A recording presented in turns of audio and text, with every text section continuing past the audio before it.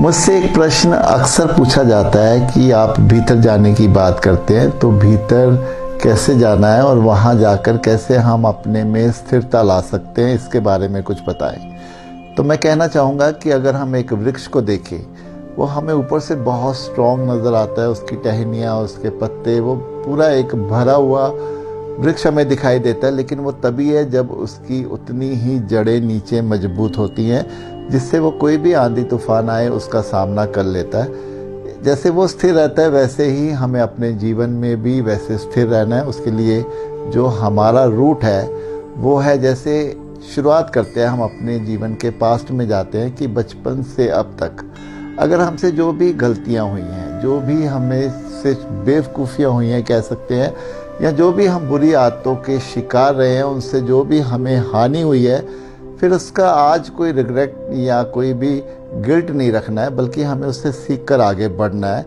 कि अब वो दोबारा हम अपने जीवन में नहीं करेंगे। हाँ, गलतियाँ हमारी कोशिश रहेगी कि हम आगे से नहीं करें, लेकिन फिर भी कोई गलती हो जाती है तो भी हमें घबराना नहीं है, तब भी हमें स्थिर रहना है। हम फिर इम्प्रूव करते चले जाएंगे। फिर हम आते हैं अपने प्रेजेंट में कि जो भी विचार हमें आते हैं, अगर वो नेगेटिव थॉट्स हैं तो हमें उसके साथ बहना नहीं है। जैसे वो आएंगे वैसे वो चले भी जाएंगे, लेकिन अगर हम उसको गंभीरता से लेंगे तो फिर हम नेगेटिव अपने आप में महसूस करते चले जाएंगे। हमें वो नहीं करना है। जैसे ही नेगेटिव थॉट्स आएंगे चले जाएंगे, तब हम अपनी स्थिरता को महसूस कर सकते हैं। और अपनी भावनाएं, अपनी फीलिंग्स, जैसे काम, क्रोध, लोभ, मोह, ईर्ष्या, अहंकार, ये सब हमारे साथ जुड़े हैं। अगर हमें ये भीतर से उठते हैं तब भी हमें घबराना नहीं है। वो जैसे आते हैं हमने उनको देखना है, लेकिन हमने उन पर कोई जब एक्शन नहीं लेते तो फिर वो अपने आप ही वो भी एक अपनी सतह पे वापस चले जाते हैं, हमें तंग नहीं करते।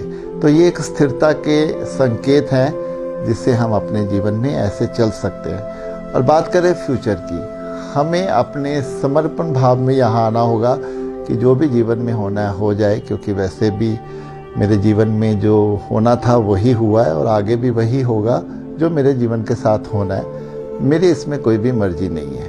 जब हम अपना पूरा जीवन अपने ईश्वर को समर्पित करके चलते हैं कि उसने ये जीवन दिया है, वही देखे इस जीवन के साथ क्या करना है, तब हम कभी भी अस्थिर नहीं होते, बल्कि अपनी स्थिरता को हमेशा ही हम महसूस करते चले जाते हैं।